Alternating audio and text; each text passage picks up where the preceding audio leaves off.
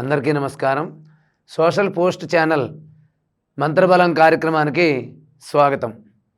మరి ఈరోజు మనం మంత్రబలం కార్యక్రమంలో సింహరాశి వారు ఎటువంటి మంత్రాన్ని జపించాలి, ఏ దేవుడి యొక్క ఆరాధన చేయాలి అనే విషయాల గురించి మనం ఈరోజు మంత్రబలం కార్యక్రమంలో తెలుసుకుందాం. ఓం వక్రతుండ మహాకాయ సూర్యకోటి సమప్రభ నిర్విఘ్నం కురు మే దేవ మమ సర్వకార్యేషు సర్వదా. ఓం వ్యాసాయ విష్ణురూపాయ వ్యాసరూపాయ విష్ణవే నమో వై బ్రహ్మనిధయే వాసిష్ఠాయ నమో నమః.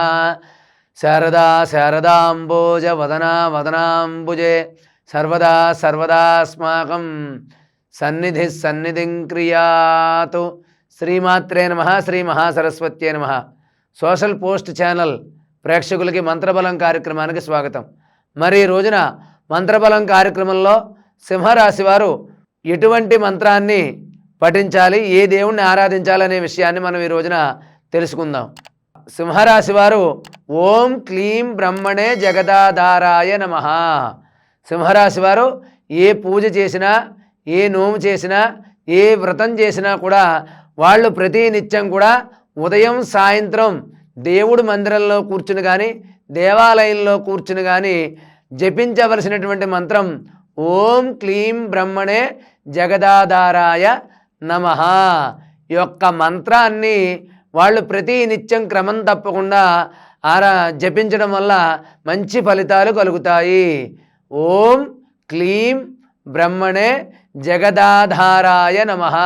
ఈ యొక్క మంత్రాన్ని సింహరాశి వారు ప్రతి నిత్యము కూడా ఉదయం సాయంత్రం జపించడం వల్ల మంచి విశేషమైనటువంటి ఫలితాలు కలుగుతాయి. కాబట్టి వీళ్ళు ఆరాధించవలసినటువంటి గ్రహం సూర్యుడు. సూర్యుడిని ఆరాధించడం, సూర్య ప్రీతి కోసం అంటే సూర్యుడి యొక్క అనుగ్రహం కోసం గోధుమలు దానం చేయాలి. ఆదివారం నాడు ఉదయాన్నే లేచి నిత్య పూజా కార్యక్రమాలు చేసుకుని ఆ సూర్యనారాయణమూర్తికి నమస్కారం చేసుకుని గోధుమలు కిలోంపావు గోధుమలు తీసుకొచ్చి ఒక ఎర్రని వస్త్రంలో వేసి మీకు దగ్గరలో ఉన్నటువంటి దేవాలయం దగ్గర కానీ, మీకు తెలిసినటువంటి బ్రాహ్మణుడికి కానీ ఆ యొక్క గోధుమలు దానం చేయడం చాలా మంచి ఫలితం కలుగుతుంది. ఈ యొక్క లేకపోతే కనుక ఈ గోధుమలు నీళ్ళల్లో నానబెట్టి మర్నాడు ఉదయం అంటే ముందు రోజు నీళ్ళల్లో నానబెట్టి మర్నాడు ఉదయం గోశాలకు వెళ్ళి ఆవుకి తినిపించినా కూడా మంచి విశేషమైనటువంటి ఫలితం అనేది మనకి కలుగుతుంది. కాబట్టి ఈ యొక్క సింహరాశి వారు సూర్యుడిని ఎంత ఆరాధిస్తే అంత మంచిది. అదేవిధంగా సూర్య సంబంధమైనటువంటి స్తోత్రాలు అంటే ఆదిత్య హృదయం చదవడం చాలా విశేషంగా ఈ యొక్క ఫలితాన్ని కలగజేస్తుంది. కాబట్టి ఈ యొక్క సింహరాశి వారు నేను చెప్పినటువంటి మంత్రం ఓం క్లీం బ్రహ్మణే జగదాధారాయ నమః, ఓం క్లీం బ్రహ్మణే జగదాధారాయ నమః ఈ యొక్క మంత్రాన్ని ప్రతి నిత్యం పఠించండి. ఉదయం సాయంత్రం క్రమం తప్పకుండా ఒక ప్రతి నిత్యం అన్ని రోజులు ఇన్ని రోజులని కాదు, మీరు అలా చేస్తున్న కొద్దీ మీకు ఫలితం కలుగుతుంది. సాధనమున పనులు సమకూరు ధరలోన అన్నట్టుగా మీరు చేస్తున్న కొద్దీ మీకు మంచి అభివృద్ధి అనేది వస్తుంది. అదేవిధంగా ఈ మంత్ర జపంతో పాటు మీ ఇష్టదైవాన్ని ఆరాధించండి, మీ కులదైవాన్ని ఆరాధించండి. అదేవిధంగా ప్రతి ఆదివారం క్రమం తప్పకుండా ఆదిత్య హృదయాన్ని 11 సార్లు చదవండి. ఆదిత్య హృదయాన్ని ఆదివారం నాడు 11 సార్లు చదవండి. చదవడం రాదు అండి, మరి మేము చదవలేము అన్నవారు వినండి.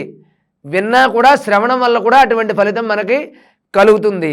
అదేవిధంగా బ్రాహ్మణునికి కానీ, మీకు దగ్గరలో ఉన్న దేవాలయంలో ఉన్నటువంటి పూజారులకు కానీ ఎవరూ అందుబాటులో లేరండి అంటే మీకు దారిలో కనిపించే గోమాతకి ఆవుకైనా సరే గోధుమలు పట్టుకెళ్ళి ఆహారంగా సమర్పించండి, గోసేవ చెయ్యండి, మీకు విశేషమైనటువంటి ఫలితాలు కలుగుతాయి.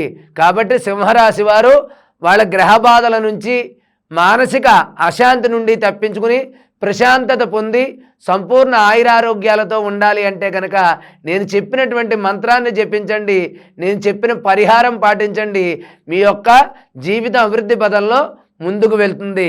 కాబట్టి సింహరాశి వారందరూ కూడా ఈ మంత్రాన్ని పఠించి ఈ పరిహారాన్ని పాటించి మంచి అభివృద్ధిలో ఉండాలని, వాళ్ళు ఎప్పుడూ కూడా సుఖ సంతోషాలతో ఉండాలని వాళ్ళకి ఆ సూర్యనారాయణమూర్తి అనుగ్రహం ఎప్పుడు ఉండి సంపూర్ణ ఆరోగ్యవంతులుగా జీవించాలని చెప్పి ఆశీర్వదిస్తూ సర్వే జనా సుఖినో భవంతు. స్వస్తి.